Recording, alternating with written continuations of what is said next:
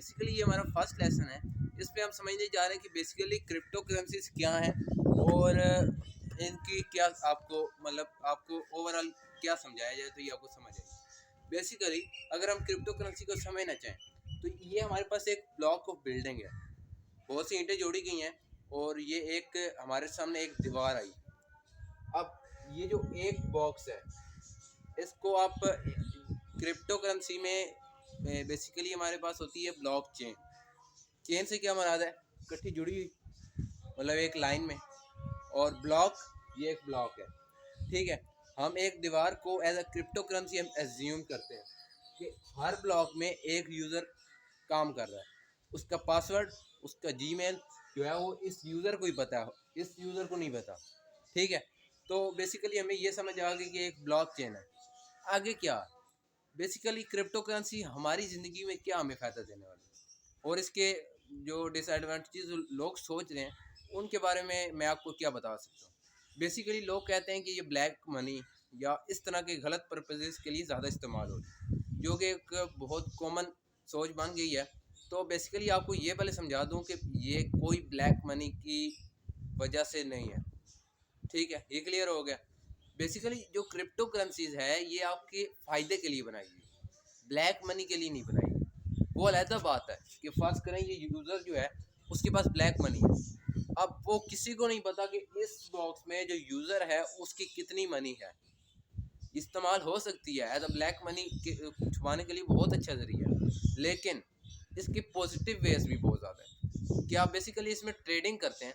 Trading क्या मतलब है कि आप इसको कुछ कोइंस बाय करते हैं, कुछ अरसे बाद सेल करते हैं और उनसे फ़ायदा उठाते हैं और इससे आप अच्छी खासी मंथली या डेली अर्निंग कर सकते हैं। ठीक है, ये भी समझ आ गई। आपका क्या फ़ायदा होने वाला है कि आप इसमें अर्निंग कर सकते हैं। इसके ऊपर आप कुछ खर्चा करेंगे, जितना गुड़ डालेंगे उतना मीठा होता जाएगा। ठीक है, आसान सी बात। अब इसका फ्यूचर क्या है, और एक और तरीक बात कि मतलब ये समझ तो आ गया हमें प्रॉफिट दे सकती है, लेकिन हमारी अमली ज़िंदगी में इसका कोई अमल दखल है वो भी आपको समझा देता हूँ कि बेसिकली जो क्रिप्टो करेंसीज हैं वो आने वाली पैसे की थर्ड जनरेशन है। पहले ही पैसे की जनरेशन वो थी जो हमारे पास नोट आते थे, दूसरी वो थी जो एटीएम अकाउंट्स या सिम अकाउंट्स में हमारे पैसे होते हैं, तीसरी है क्रिप्टो करेंसी।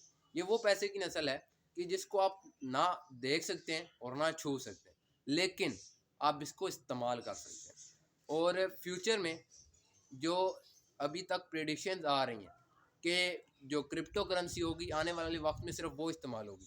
फ़र्ज़ करें हम एक शॉप पर जाते हैं और वहाँ से हम एक एप्पल बाय करने हैं, तो हम एप्पल बाय करने के लिए क्या करेंगे, हम अपने पास जो भी कैश अमाउंट होगी वो दे देंगे, या जो हमारे पास क्रेडिट कार्ड या डेबिट कार्ड जो भी होगा उससे हम पेमेंट कर देंगे।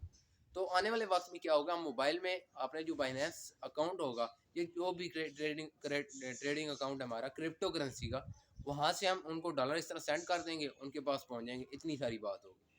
ठीक है, बहुत सिंपल सी बात है, ये भी उम्मीद है आपको समझ आएगा। तो आने वाला वक्त जो है वो क्रिप्टो करेंसी, अगर फ्यूचर देखा जाए कि चल ये सारी बातें भी छोड़ें कि इसका फ्यूचर क्या है, इसके कितनी मतलब हो सकता है कि किस हद तक ये जा सकती है, इसकी हद जो है वो कोई सोची तो नहीं जा सकती। लेकिन एक बात जो है वो मैं आपके साथ ज़रूर शेयर करूँगा कि फ़र्ज़ करें हमारे पहले वाले, हम सोचते हैं कि हमारे आबा व अजदाद इतनी ज़मीनें छोड़ गए हमारे लिए बहुत कुछ कर गए, लेकिन जो इस वक्त क्रिप्टो करेंसी में पड़ गया, आने वाला वक्त में जो उसकी नस्लें होंगी ना, वो उससे बहुत फ़ख्र से कहेंगे कि हमारे जो थे बड़े, वो बहुत अक्लमंद थे और टाइम से इस काम में पड़ गए थे। ठीक है, तो फ्यूचर भी हमें समझ आ गया।